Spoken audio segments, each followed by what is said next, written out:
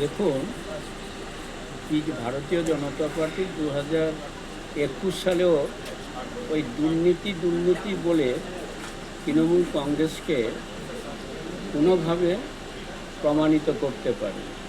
তখন তারা বলেছিল 200 আপ, তা সেই 200 আপ তো হয়নি, হয়েছিল 77 পেয়েছিল।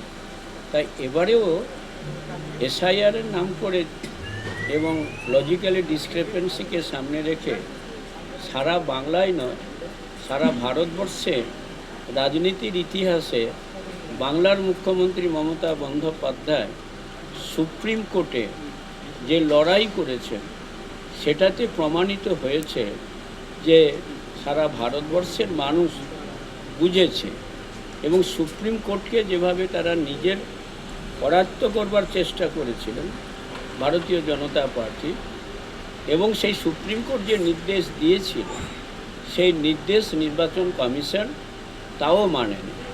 তা আজকে সেই লড়াই চলছে। তবে আপনাকে অত্যন্ত দায়িত্ব নিয়ে বলতে পারি, চতুর্থবারের জন্য মাননীয় মুখ্যমন্ত্রী মমতা ব্যানার্জি আবার মুখ্যমন্ত্রী হিসাবে তিনি শপথ নেন। নমিনেশন দিলেন আজকে? আমি আজকে আমার 132 সাগর বিধানসভা কেন্দ্রের সর্বভারতীয় তৃণমূল কংগ্রেসের প্রার্থী হিসাবে আমি আমার নমিনেশন জমা দিলাম।